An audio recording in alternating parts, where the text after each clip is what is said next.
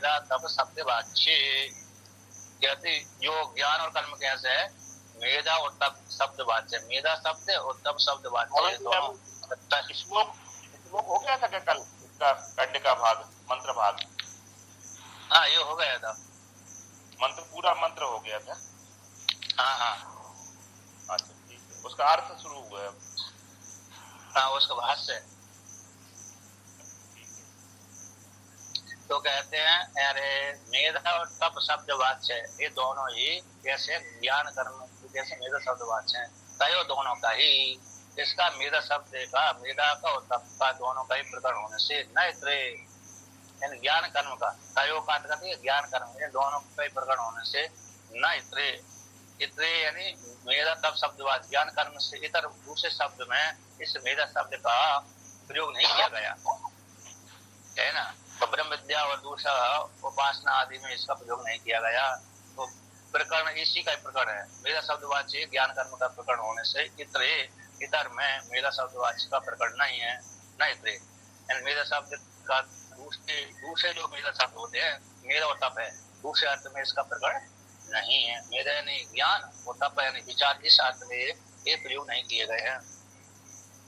इस प्रकार से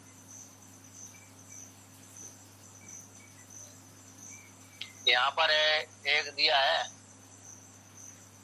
टीका के, ग्रंथ अर्थ धारण शक्ति मेधा। मेधा किसको बोलते हैं? ग्रंथ के अर्थ को धारण करने वाली शक्ति को मेधा। और फिर चांद्रण आदि हो गए तप है। ये क्यों नहीं ग्रहण किया गया यहाँ पर? ज्ञान कर्म, यहाँ पर ज्ञान यानी उपासना, पांच कर्म का उपासना और कर्म का ही प्रकरण होने से तो मेधा शब्द के द्वारा ज्ञान कर्म ग्रहण किया गया है, उनके प्रकरण है, अन्य का नहीं है।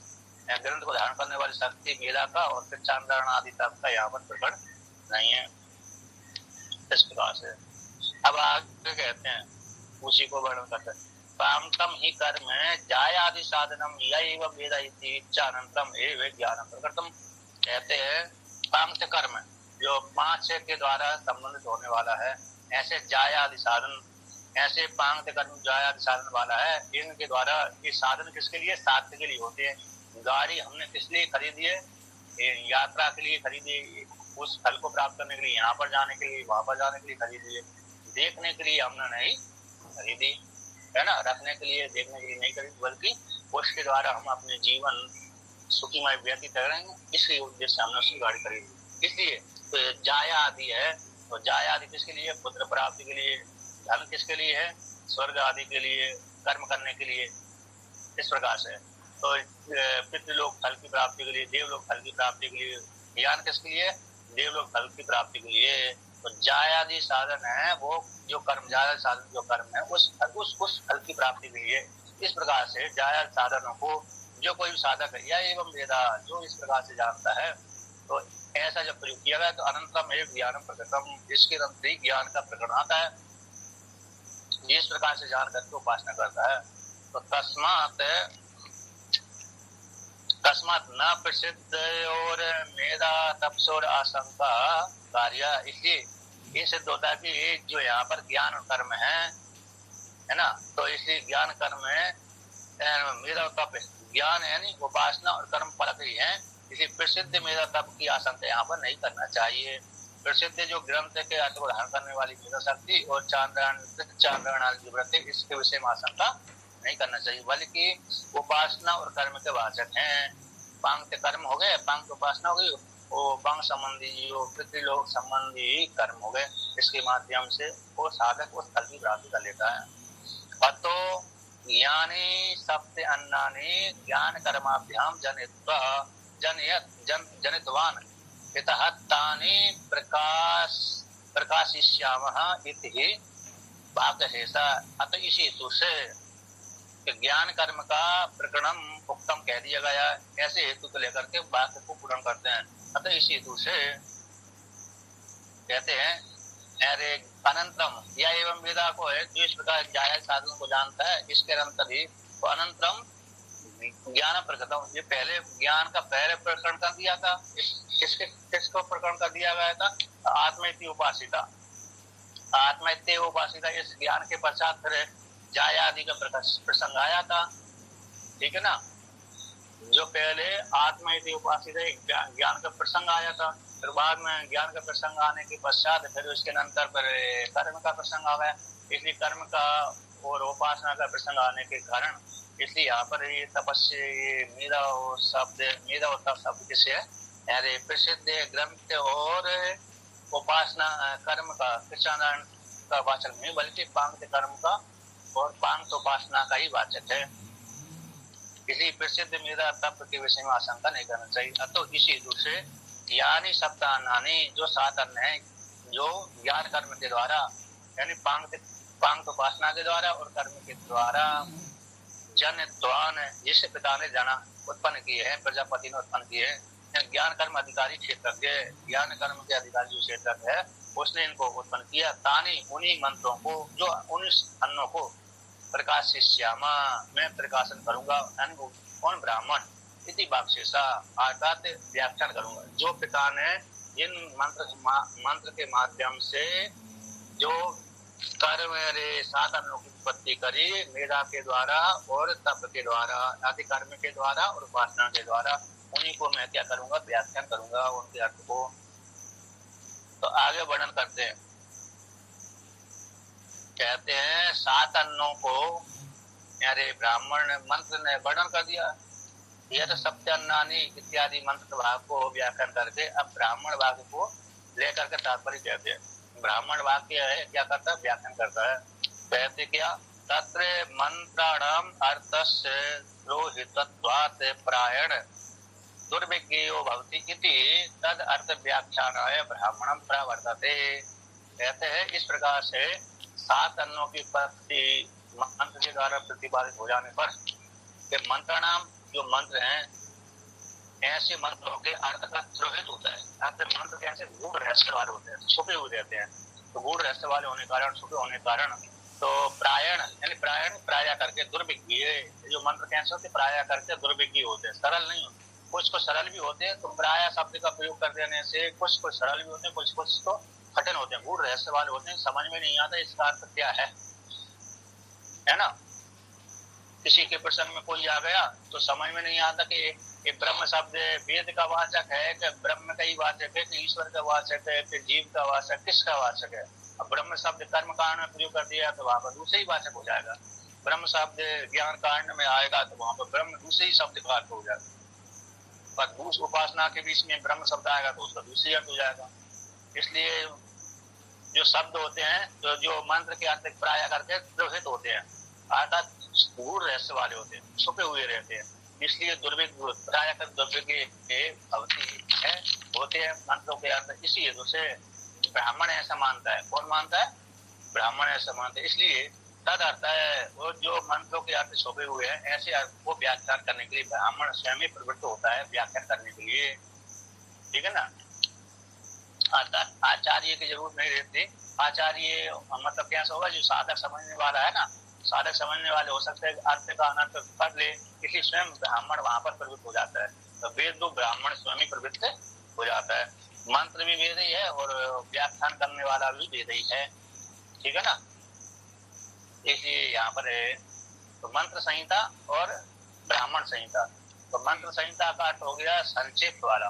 मंत्र संहिता का अर्थ होता है संक्षेप से छंदो सूत्राणी भवन्ति, छंद के समान होता है, अर्थात सूत्र के जैसे छंद होते हैं। मतलब संक्षेप से कह दिया और संक्षेप से कह देने के पश्चात फिर उनका व्याख्यान कितना होगा, व्यापक होगा। उसका सूत्रों का अर्थ को कौन खोलने के लिए आता?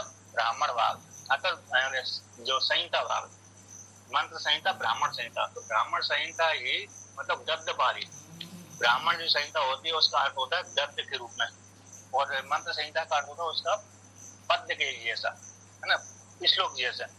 श्लोक भी हो सकता है और मंत्र भी है, मतलब ऐसा गद्य के रूप में भी होगा। ठीक है ना, लेकिन संक्षेप से होगा वो मंत्र। और ब्राह्मण मतलब होगा उसका व्याख्यान, एक एक शब्दों को लेकर अपना व्याख्यान करना। तो ब्राह्मण स्वयं प्रवृत्त होता है। तो यहाँ पर वर्णन करते हैं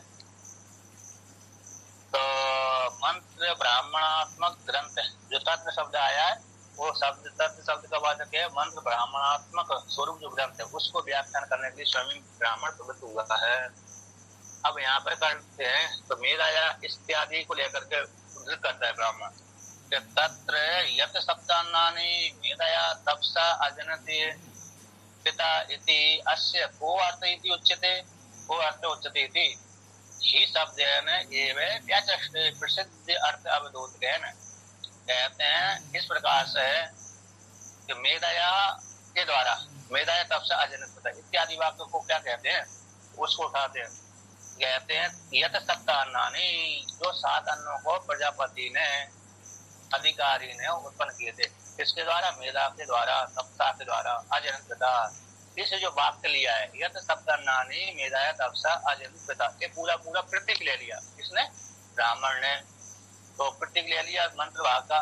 इससे इस मंत्र भाग का को अर्थ, तो इसका अर्थ क्या है, उच्चते कहते हैं थी, तो हम कहते हैं यहाँ पर तो क्या है, मेधाया ही तपसा अजनत पिता, ये जो वाक्य आ गया यही तो मेधाया ही, तो मेधाया में जो श्रुति बात है उसमें ही शब्द आया, ही शब्द के द्वारा व्याचष्टे कहते हैं प्रसिद्ध अर्थ का द्योतन के द्वारा, ही शब्द प्रसिद्धि का द्योतन करने वाला है। कैसे है,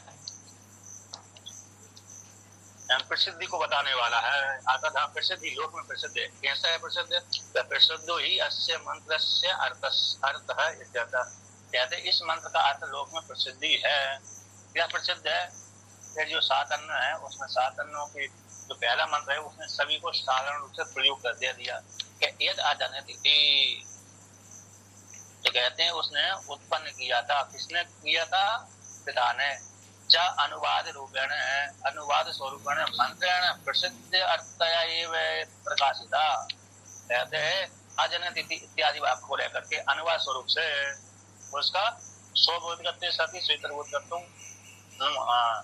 तो जो पहले बोध करा दिया गया है, पहले से प्रतिपादन कर दिया है, ठीक है ना, कहीं पर प्रतिपादन कर दिया है, अब उसी को ही प्रतीक के द्वारा लेकर के अनुवाद कर रहे हैं, पूर्व का परामर्शन कर रहे हैं। क्या कर रहे हैं, पूर्व का जो अर्थभूत करा दिया गया है, व्याख्यान कर दिया गया है किसी दूसरे स्थान पर, वहीं से ही उसी अर्थ को उठाकर कहते हैं।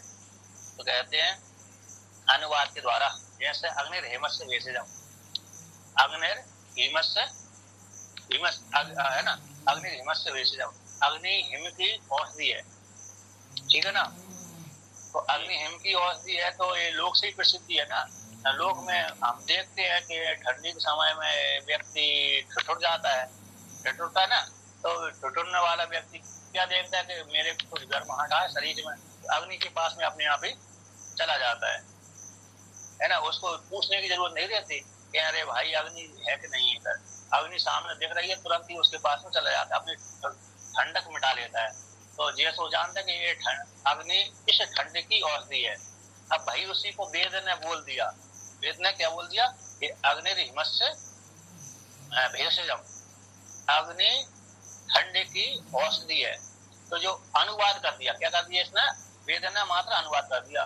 तो पहले से लोक में प्रसिद्ध है कि अग्नि से ठंडी मिटती है ठंडी काल में, है ना, अग्नि ठंडी वाले काल में ठंडक मिटाती है, ये लोक में प्रसिद्ध है। उसी का ही कहते हैं अनुवाद के द्वारा, यदि अजनत इत्यादि वाक्य के माध्यम से वो अनुवाद के द्वारा, अनुवाद स्वरूप मंत्र के द्वारा प्रसिद्ध अर्थ रूप से ही यहाँ पर प्रसिद्ध करता है, प्रकाशिता, ब्राह्मण क्या करता है, उस मंत्र का प्रकाशन करता है, जो प्रसिद्ध लोक में प्रसिद्ध है। तो क्या है भाई, तो ब्राह्मणम अभी शंकाया एव, कहते ब्राह्मण शंका से रहित होकर के कहता है, कौन है, जो मंत्र का अर्थ है वो प्रसिद्धि है, उसको शंका से रहित होकर के ब्राह्मण कहता है, प्रसिद्ध है ना, इसीलिए तो प्रसिद्ध होने कारण शंका उसको ब्राह्मण को ही नहीं है, तो इसलिए क्या शंका नहीं है, किस प्रकार से उसने अरे पिता ने अन्नों की उत्पत्ति करी, तो ये करने कौन किसके द्वारा उत्पन्न करे, पिता ने, कहते हैं मेधया ही तपसा अजनत पिता,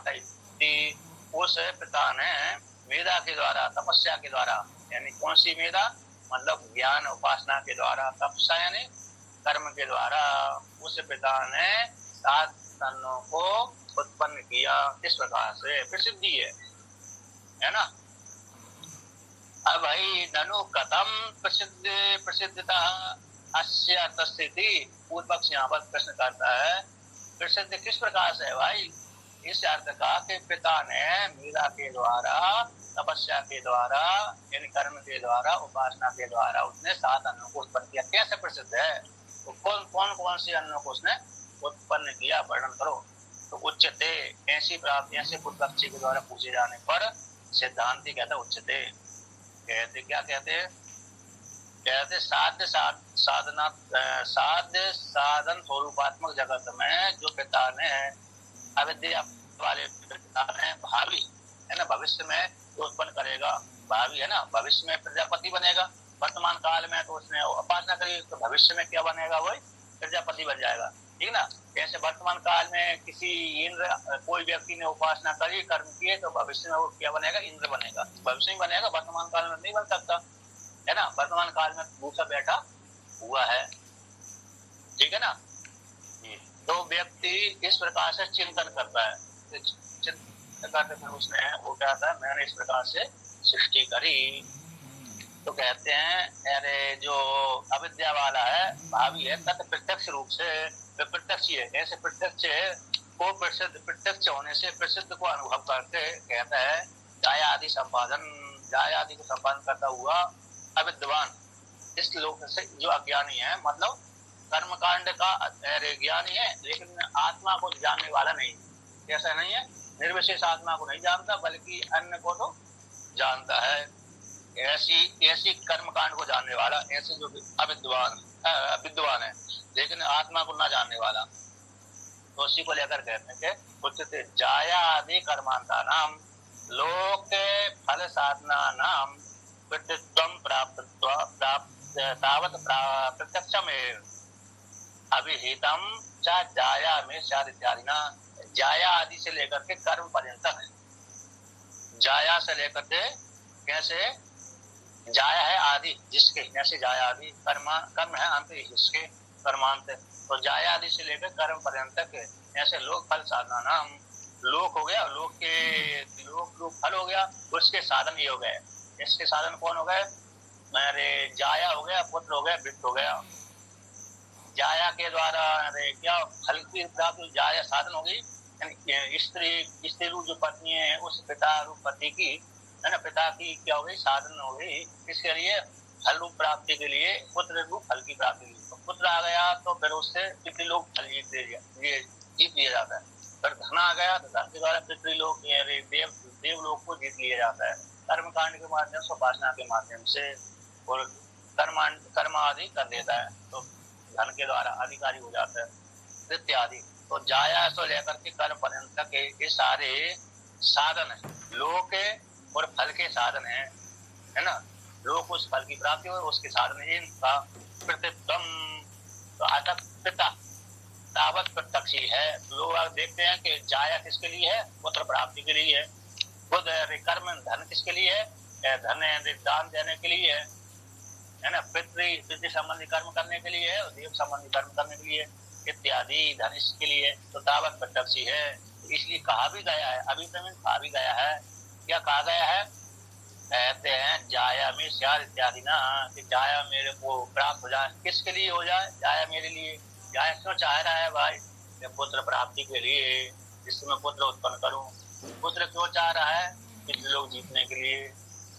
तो पितृलोक कब जीतेगा, जब पुत्र आदि हो जाएगा, फिर धन संपत्ति आदि जाएगी। वित्त मेरे लिए हो जाए, वित्त किस लिए चाह रहा है, कर्म करूं, कर्म करने से क्या हो जाएगा, देवलोक और पितृलोक फल की प्राप्ति हो जाएगी, यश की प्राप्ति हो जाएगी इत्यादि के लिए। तो तत्र वहीं पर कहते इन पांच कर्मों के द्वारा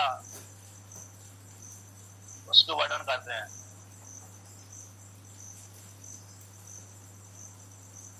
तो यहाँ पर कहते हैं मेधा और तप के द्वारा जो श्रेष्ठत्व है, मंत्र ब्राह्मण में जो भाव है वह भी प्रसिद्ध ही लोक में प्रसिद्ध है। विद्या है कर्म और पुत्रों का अभाव हो जाने पर लोक त्रय की उत्पत्ति नहीं होती है ना, उसको लेकर कहते हैं तत्र है।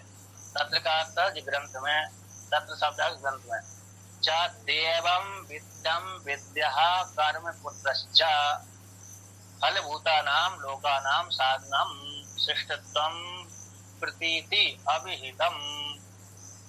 कहते हैं इस ग्रंथ में पहले वर्णन कर दिया गया कि देव है, देवता संबंधी ज्ञान है ना, और देवता उसको फल भी देते, देव हो गया देवता संबंधी ज्ञान हो गया, कर्म हो गई, उपासना हो गया। तो वित्त हो गया, वित्त के माध्यम से सारे कर्म हो जाते हैं।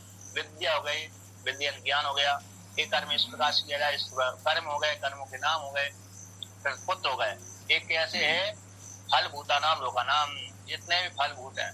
तो पुत्र पुत्र है, पृथ्वी लोक है, मनुष्य लोक रूप फल है, देवलोक रूप फल है, और पितृलोक रूप जो फल है। उन फलों के ये साधन है। तो फल भूता नाम लोका नाम, फलभूत जो लोक है उनका साधनत्वम, साधन रूप से ये शिष्टत्वम, ये शिष्टा शिष्ट रूप से प्रतीति होता है। कौन? ऐसा अभितम पहले कह दिया गया है। ये कौन है? देव वित्त विद्या कर्म पुत्र, ये लोगों के फल के साधन भूत है। इस प्रकार से उसने इनकी प्राप्त साधन रूप से सृष्टि की गई है पिता ने। ये इसलिए पहले ही ऐसा वर्णन कर दिया गया है, जाना गया है। शिष्ट रूप से प्राप्ति हो जाने पर ऐसा पहले प्रतिपादन कर दिया गया है। ठीक है ना? बतलाया जा चुका है। उनका भरते रहना चाहिए। हाँ। तो कहते हैं बक्ष्यमाणम च प्रसिद्धम है। तो आगे बक्ष्यमाण कहा भी जा रहा है, प्रसिद्धि को लेकर के कहा जा रहा है। अस्माद उत्तम भक्तों मेला है, इसलिए ठीक ही है कहने के लिए। ठीक है, मेधा के द्वारा यानी उपासना के द्वारा उसने इनको उत्पन्न किया, फिर साधनों को उत्पन्न किया। अब आगे वर्णन करते हैं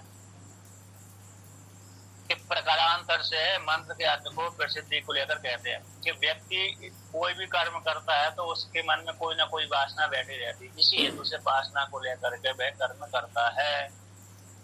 कहते हैं ऐषणा ये फल विषय प्रसिद्ध ये विचार लोक में प्रसिद्धि है कि ऐषणा कैसी होती है? फल को विषय करने वाली होती है ना? फल विषयत्तम तस्येषणा स्व अनुभव सिद्धम वक्तुम ही शब्द। ये शब्द जो है जो फल को विषय करने वाली ऐषणा होती है। अर्थात जो भी हमारी ऐषणा मतलब कामना, ऐषणा का अर्थ होता है काम, इच्छा। तो जो भी हम इच्छा करेंगे तो इच्छा हम किसके लिए करेंगे? कि हमको वो चाहिए, तभी हमारे मन में वो इच्छा हो रही है कि नहीं? यदि हमारे मन में एक कामना नहीं है तो कामना न होने से फिर हम चाहते नहीं है कि नहीं? तो इसलिए ऐषणा मतलब फल को विषय करने वाली होती है। लोक में प्रसिद्धि है। प्रसिद्ध एवं लोक में प्रसिद्ध है कि ऐषणा फल को विषय करने वाली होती है। अब कहते हैं ऐषणा जायादि इति उक्तम एतावान वै काम इति अनेन।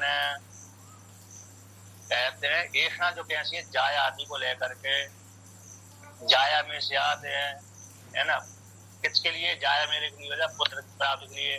पुत्र हो जाए तो अन्य क्रिया के लिए, वंश परम में लोग जीतने के लिए। अन्य के लिए वित्त हो जाए तो अन्य लोगों के लिए, है ना, कर्म करने के लिए। एतावान वही कामा, तो ये पिता है कितनी कामना वाला है? परिच्छिन्न कामना वाला है। यश कामना वाला है, परिच्छिन्न, है ना? आता परिच्छिन्न का अर्थ हो गया मतलब पितृलोक चाहिए, देवलोक चाहिए और मनुष्य लोक चाहिए। ये लोग आत्मलोक नहीं चाहिए। आत्मलोक की कामना वाला होता तो अपरिच्छिन्न कामना वाला हो जाता, मोक्ष वाला हो जाता। लेकिन इसने मात्र इतनी सी कामना की है कि मेरी पत्नी प्राप्त हो जाए, पत्नी से पुत्र उत्पन्न कर लूंगा, तो पितृलोक जीत लूंगा, वित्त आ जाए तो देवलोक जीत लूंगा, देव से कर्म करूंगा तो देव संबंधी ज्ञान, कर्म संबंधी ज्ञान के माध्यम पितृलोक और देवलोक की प्राप्ति हो जाएगी, सुख की प्राप्ति हो जाएगी। तो परिच्छिन्न कामना वाला है।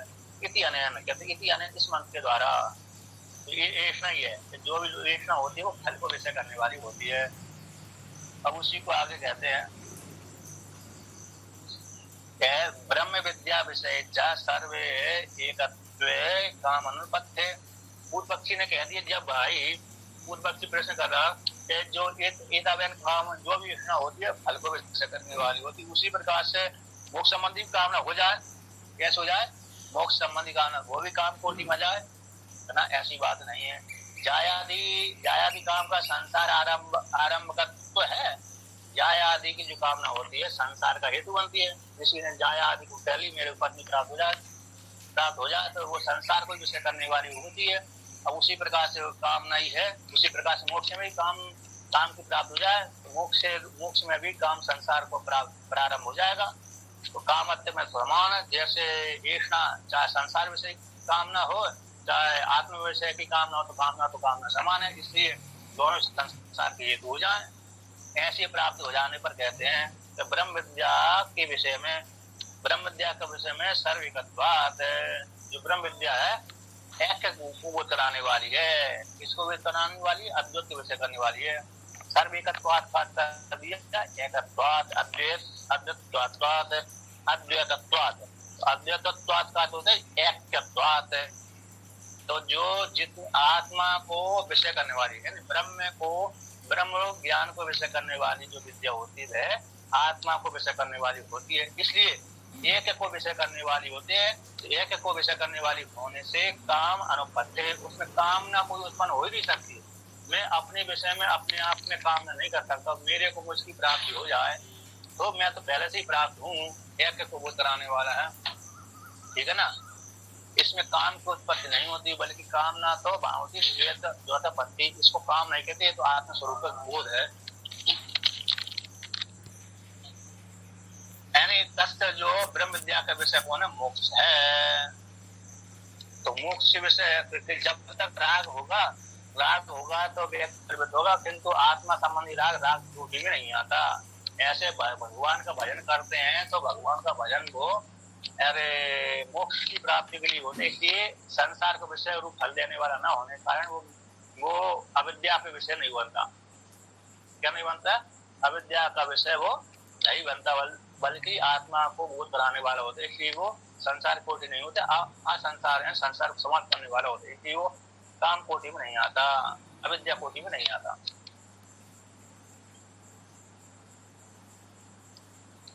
यहाँ पर टीकाकार कहते हैं उस अद्वैत परमात्मा में अद्वितीय होने से, एक होने से राग आदि जो अद्वितीय परमात्मा में राग आदि परमात्मा को बोध कराने में जो प्रतिबंधक हैं वो काम के अपर पर्याय हैं, वो राग है, उसमें परमात्मा में न अवकल्पते।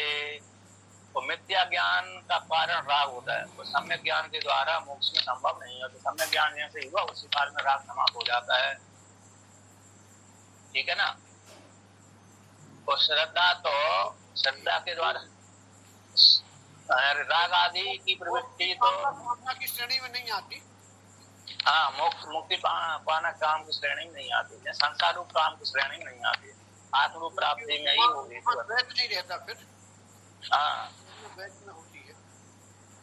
और श्रद्धा से जैसे व्यक्ति श्रद्धा तो फल वाली होती है, श्रद्धा तो कैसे ज्ञान की उत्पत्ति हेतु बनती है। ऐसे एक कर्म, ऐसे जो श्रद्धा होती है स्वर्ग रूप फल के विषय में कामना करेगा व्यक्ति कि हाँ हमको एक कर्म करेंगे तो वहां पर श्रद्धा हो जाती है, कर्म करने से हमको स्वर्ग फल की प्राप्ति होगी। तो जैसे वो संसार को विषय करने वाली, उसी प्रकार से इस ब्रह्म विद्या को अध्ययन करेंगे तो हमको मोक्ष फल की प्राप्ति हो जाएगी। तो ये श्रद्धा भी तो मेरे संसार को देने वाली हो जाए, है ना। श्रद्धा तो फल को देने वाली हो जाती है। श्रद्धा जैसी संसार के हेतु नहीं है, बल्कि तत्व को उत्पन्न करने वाली हो जाती है। तत्व ज्ञान की जनक हो जाने से उसमें कैसे हो जाती है, संसार विरोधी नहीं, संसार को विरोध करने वाली होने से ना उसमें संसार अनुशक्ति, मोक्ष संसार की अनुशक्ति उस श्रद्धा में उत्पन्न नहीं होती। अब इस प्रकार से तो कहते हैं ब्रह्म विद्या कैसे होती है, एकत्व को बोध कराने वाली होने से उसमें कामत्व की उत्पत्ति हो ही नहीं सकती। तो आगे वर्णन करते हैं, क्या वर्णन करते हैं, जैसे यहाँ पर वर्णन करते हैं शास्त्रीय जो कर्म है, शास्त्रीय जाया आदि संसार का हेतु है कर्म आदि, और अशास्त्रीय कर्म कैसे बनते संसार के हेतु। शास्त्रीय कर्म तो क्या हो गए, जाया आदि संसार के हेतु मान लेने पर, तो कर्म आदि का अशास्त्रीय कर्म आदि का कैसे संसार के हेतु बनेंगे, तो उसको लेकर कहते हैं अशास्त्रीय प्रज्ञा तपोभ्याम स्वाभाविक्याम जगत श्रेष्ठत्वम उक्तम इति भवति। शास्त्रीय कर्म है तो संसार की शास्त्रीय कर्म है, अर्थात जो शास्त्रीय कर्म कौन से, जाया आदि के माध्यम से, किंतु इस प्रकार से अशास्त्रीय जो प्रज्ञा है, अशास्त्रीय शास्त्रीय से इतर वाली जो प्रज्ञा है स्वाभाविक रूप से अशास्त्रीय प्रज्ञा और तप के द्वारा, तो अशास्त्रीय उपासना हो गई, अर्थात और तप यानी कर्म हो गए। ऐसे अशास्त्रीय प्रज्ञा उपासना और कर्म के द्वारा स्वाभाविक है। स्वाभाविक व्यक्ति जैसे जल स्वाभाविक रूप से नीचे की ओर धावन करता है, जैसे अरे अग्नि स्वाभाविक रूप से उसके स्वभाव ऊपर ही उड़ेगी, है ना। उसी प्रकार से व्यक्ति का स्वाभाविक रूप से काम है, क्रोध है, लोभ मोह आदि में व्यक्ति का मन जाता है स्वाभाविक रूप से। तो जिसका पहले से ही वासना